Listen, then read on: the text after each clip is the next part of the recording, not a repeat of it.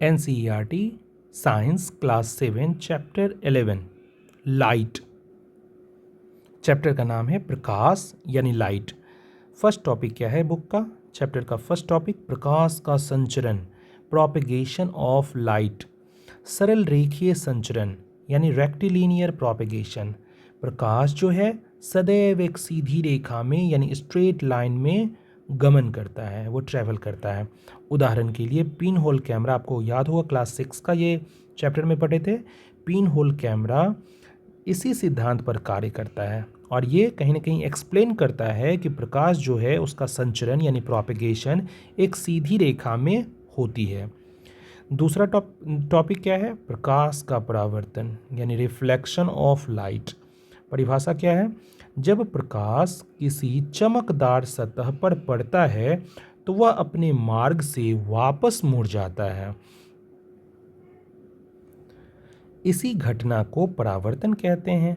यानी प्रकाश परावर्तन के लिए, परावर्तन जब होगा, मान लीजिए एक दर्पण है, मिरर जिसको कहते हैं, और अगर प्रकाश आया, इस पे टकराया, मतलब जब प्रकाश किसी चमकदार सतह पर पड़ता है तो वह अपने मार्ग से वापस मुड़ जाता है। पहले आया फिर इसी डायरेक्शन में सेम एंगल बनाते हुए वापस चला गया। तो प्रकाश जो है वो मार्ग से वापस जो मुड़ता है, इसी घटना को परावर्तन कहते हैं। अभी हम लोगों को प्रकाश के परावर्तन के बारे में बहुत विशेष रूप से नहीं पढ़ना है, क्योंकि क्लास 7 का ये चैप्टर चल रहा है। हम लोग अगली कक्षाओं में इसके बारे में डिटेल से पढ़ेंगे। ऐसे यहाँ पे थोड़ा सा हम बताने की कोशिश कर रहे हैं। परावर्तन के नियम, लॉज ऑफ रिफ्लेक्शन, इसमें है क्या कि समतल दर्पण में आपतन कोण जो है, एंगल ऑफ इंसिडेंस, सदैव परावर्तन कोण के बराबर होगा।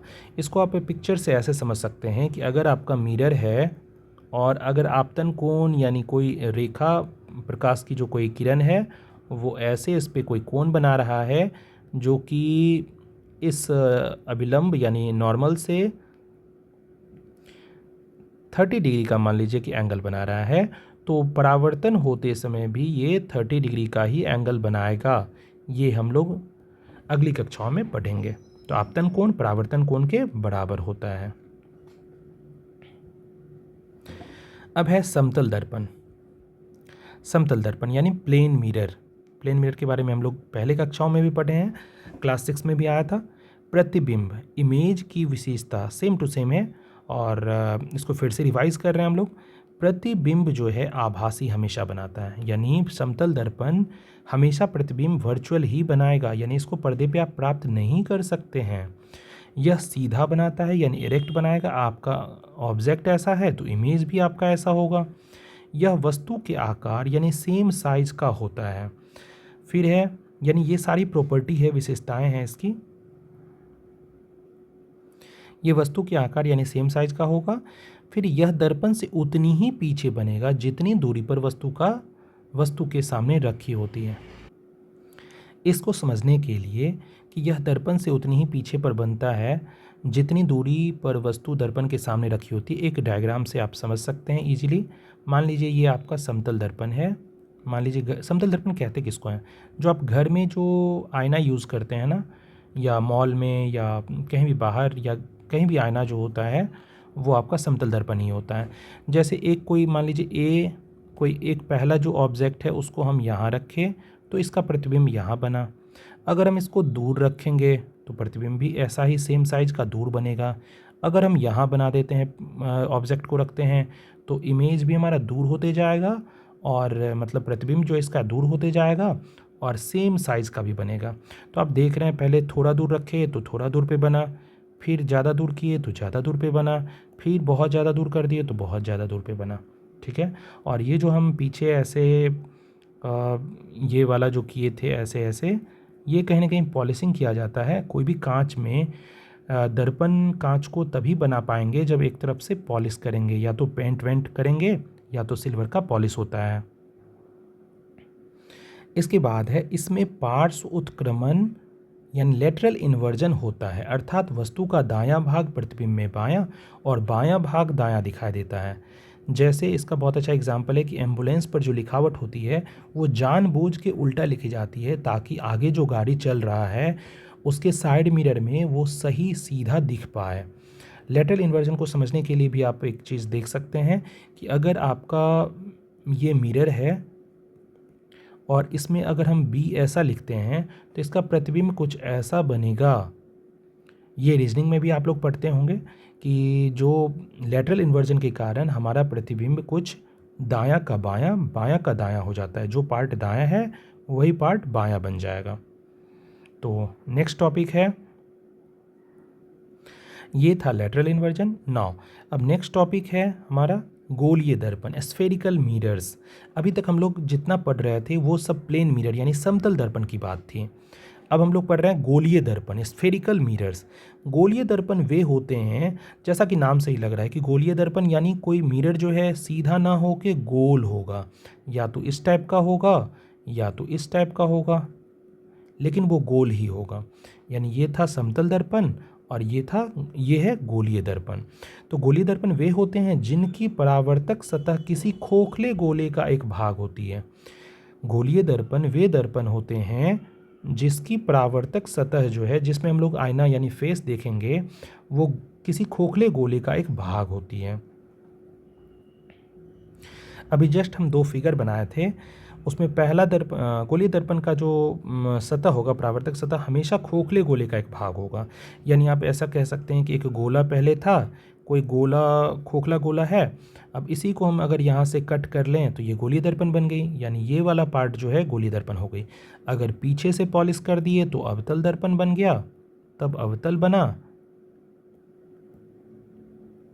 और अगर आगे से पॉलिश कर दिए, अगर हम आगे से पॉलिश कर दिए तो ये जो है उत्तल बन जाता है, उत्तल दर्पण बन जाता है।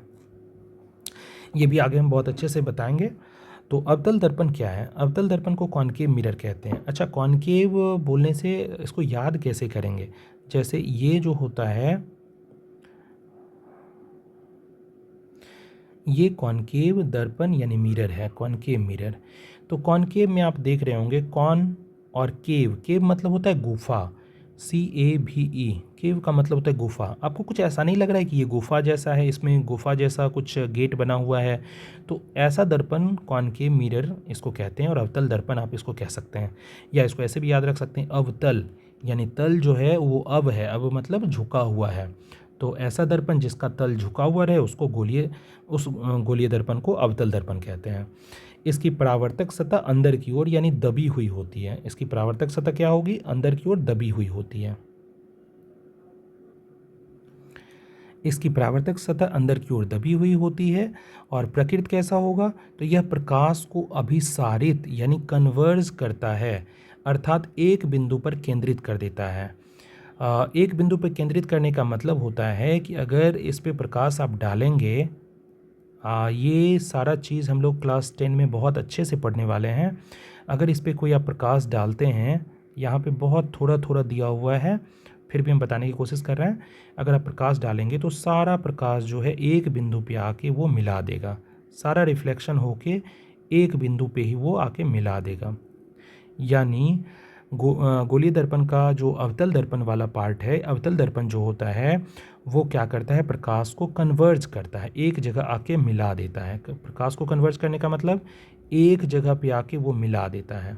ठीक है, अब देखते हैं कि यह प्रतिबिंब जो है गोलीय दर्पण का, जो अवतल दर्पण के बारे में हम लोग पढ़ रहे हैं, अगला लाइन है कि प्रतिबिंब कैसा बनाएगा? तो वास्तविक बनाएगा, रियल इमेज बनाता है, और आभासी भी बनाता है, यानी 6 केस टोटल इमेज बनाता है। ये सब हम लोग 10th में पढ़ेंगे कि 5 केस में रियल बनाएगा, 5 बार वो वास्तविक प्रतिबिंब बनाएगा, और 1 बार वो वर्चुअल बनाता है। वर्चुअल मतलब वो काल्पनिक बनाएगा, जिसको पर्दे पे हम लोग प्राप्त नहीं कर पाएंगे। यह वास्तविक, रियल और आभासी दोनों प्रकार का प्रतिबिंब बना सकता है। इस तरह से ये दोनों टाइप का इमेज बनाता है। उपयोग क्या होगा? तो दंत चिकित्सक द्वारा टॉर्च में, हेडलाइट्स में, सर्च लाइट में प्रकाश की समानांतर किरण जो है पुंज प्राप्त करने के लिए हम लोग इसका उपयोग करते हैं। तो उपयोग भी बहुत ज़्यादा इसका व्यापक है। तो अब जो है वो अवतल दर्पण कंप्लीट हुआ। 9 अब है उत्तल दर्पण, सेकेंड पार्ट है उत्तल दर्पण। उत्तल दर्पण पहले आराम से देखिए, गोलीय दर्पण का ही पार्ट था, तो हम ऐसे इसको बना सकते हैं, और पॉलिश केवल हम पीछे कर दिए। यानी उत्तल इसीलिए कहते हैं क्योंकि उत प्लस तल यानी उठा हुआ इसका पार्ट है। जिस जिस तरफ से हम लोग देखेंगे ना, ये उठा हुआ पार्ट है। या आप ऐसे भी याद रख सकते हैं कि ये कहीं ना कहीं अवतल दर्पण का अपोजिट है। अवतल दर्पण यानी कॉनकेव मिरर में हम लोग गुफा जैसा पार्ट आगे देखते थे सामने, और इसमें जो है गुफा जैसा पार्ट उठा हुआ रहता है। ठीक है। अब परावर्तक सतह जो है बाहर की ओर यानी उभरी हुई हमेशा होगी। इसको पहचानने का सिंपल तरीका है कि परावर्तक सतह जिधर हम देखते हैं वो उभरी हुई ये वाली पार्ट होगी ना। प्रकृति जो है यह प्रकाश को अपसारित यानी डाइवर्ज करता है, अर्थात फैलाता है। इसको समझने के लिए फिर से एक डायग्राम हम दिखाते हैं। डायग्राम क्या है कि अगर आप इस पे ये दर्पण पे लाइट डालते हैं, मतलब प्रकाश पड़ती है, तो ये करेगा क्या, जैसे आप लाइट डालें तो ये कहीं ना कहीं इसको फैला देता है, लेके दूर भाग जाएगा। उसमें उल्टा होता था, उसमें एक जगह लेके आता था। पीछे से भले हम डॉट डॉट डॉट करके मिला दे इसको, आगे हम डिटेल से पढ़ेंगे क्लास 10 में, क्योंकि ये चैप्टर पूरा डिटेल से क्लास 10 में है और 12 में है। तो यहाँ पे है क्या कि थोड़ा थोड़ा बस बताया गया है कि जब भी उत्तल दर्पण पे प्रकाश आप डालेंगे वो क्या होगा, उसको दूर फैला देगा, यानी उसको अब अपसारित कर देगा, डाइवर्ज कर देगा। ठीक है। तो अपसारित करने का मतलब हम लोग अब समझ गए। प्रतिबिंब कैसा बनाता है, तो ये सदैव आभासी, सीधा और वस्तु से छोटा प्रतिबिंब बनाता है। प्रतिबिंब हमेशा आभासी बनाता है। प्रतिबिंब कैसा बनाता है, तो सदैव आभासी, सीधा, प्रतिबिंब सदैव आभासी, सीधा और वस्तु से छोटा प्रतिबिंब बनाता है। ठीक है। अब उपयोग क्या है इसका, तो वाहनों के पश्च दृश्य दर्पण जो हैं, जिसको रियर व्यू मिरर कहते हैं, साइड मिरर जो होता है किसी भी गाड़ी में, चाहे बाइक हो, स्कूटी हो या कार हो, बस हो, ट्रक हो, side view rear view mirror जो होता है उसमें हमेशा इसी का उपयोग करते हैं। क्योंकि इसमें फ़ायदा क्या होगा कि बहुत बड़े क्षेत्र को छोटे और सीधे दृश्य में प्रदान करता है। जैसे अगर वहाँ पे हम प्लेन मिरर लगा दें तो क्या होगा, अगर इतनी बड़ी चीज़ है तो इतना बड़ा प्लेन मिरर लगाना पड़ेगा, लेकिन अगर हम उत्तल दर्पण लगाएं तो छोटा से छोटा उत्तल दर्पण बड़े से बड़े ट्रक को आराम से छोटा करके वो दिखा देगा। इसीलिए इसका उपयोग हम लोग, उत्तल दर्पण का उपयोग हम लोग रियर व्यू मिरर में यानी साइड मिरर में करते हैं। अब नेक्स्ट टॉपिक है lens. Fourth topic lenses. Lens का उपयोग चश्मों, सूक्ष्मदर्शी, माइक्रोस्कोप, दूरबीनों, टेलीस्कोप आदि में किया जाता है। इसको भी डिटेल से हम लोग को क्लास 10th में 12th में करना है। अभी थोड़ा थोड़ा सा पार्ट आया है वो हम बता देते हैं। उत्तल लेंस, कॉन्वेक्स लेंस क्या होता है, तो लेंस भी दो तरह के होते हैं। एक लेंस होगा आपको इस टाइप का और एक लेंस होगा इस टाइप का। ये वाला उत्तल है, ये वाला उत्तल लेंस है। आकार कैसा होगा, तो बीच में मोटा, जैसा कि लिखा हुआ है बीच में मोटा और किनारों पर पतला होता है। प्रकृति कैसी होती है, तो यह प्रकाश को अभिसारित यानी कन्वर्ज करता है, इसीलिए इसे अभिसारी लेंस भी कहते हैं। आपको एक चीज़ याद होगा कि जब हम लोग अवतल दर्पण पढ़े थे तो हम लोग वहाँ पढ़े थे अभिसारित, यानी जो हम लोग दर्पण में पढ़ते हैं वो लेंस में उल्टा हो जाता है। तो दर्पण में जो हम पढ़े थे कि अवतल दर्पण वो अभिसारित कन्वर्ज करता है, इसीलिए उसको अभिसारी दर्पण भी कहते थे। लेकिन यहाँ पे लेंस में उत्तल लेंस ऐसा काम करेगा, यह प्रकाश को अभिसारित यानी, अच्छा अभिसारित का मतलब क्या होता था कि जैसे लाइट का बहुत सारा रे आप इस पे भेजेंगे, वो सबको एक जगह मिला देगा, एक पॉइंट पे सबको मिला देगा, इसी को बोलते हैं अभिसारित कर देना, तो इसलिए अभिसारी लेंस कहते हैं। प्रतिबिंब क्या है, तो यह भी अवतल दर्पण की तरह वास्तविक भी बनाता है और आभासी भी। आप हमेशा ध्यान रखिएगा, उत्तल लेंस जो है वो अवतल दर्पण दर्पण का पूरा प्रॉपर्टी फॉलो करता है। हम लोग अवतल दर्पण में जितना सारा चीज़ पढ़े थे वो सारा चीज़ उत्तल लेंस में यहाँ पढ़ना है, लेंस में। ठीक है, तो ऐसे याद रख सकते हैं इसको।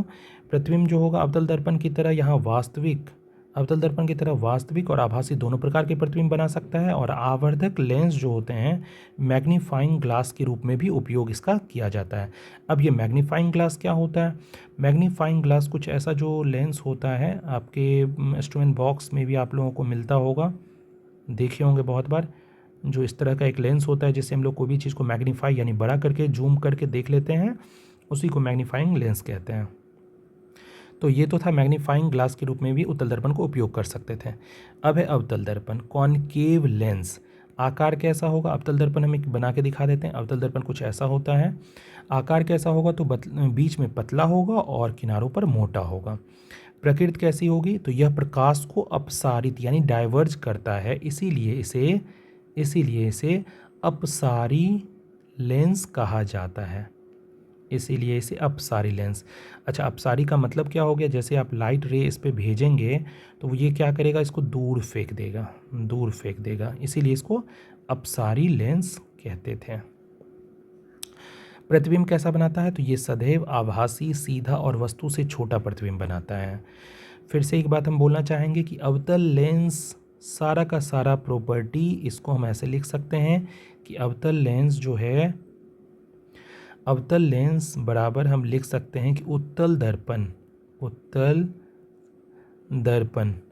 मतलब उत्तल दर्पण में जितने सारे चीज़ हम लोग पढ़े थे वही सेम टू सेम अवतल लेंस का प्रॉपर्टी हो जाता है। ठीक है, और इसका उल्टा भी सही है कि उत्तल लेंस में जो भी पढ़ते हैं वो अवतल दर्पण जैसा सब कुछ उसका प्रॉपर्टी हो जाता है। तो ये था। तो प्रतिबिंब कैसा बना रहा था? प्रतिबिंब ये बनाता है सदैव आभासी, सीधा और वस्तु से छोटा प्रतिबिंब बनाता है। अब लास्ट टॉपिक जो है वो है सूर्य का प्रकाश श्वेत है या रंगीन। इसके बारे में बुक में बताया हुआ है कि सनलाइट जो है वाइट होता है या कलर्ड होता है। दिखता तो वाइट ही है।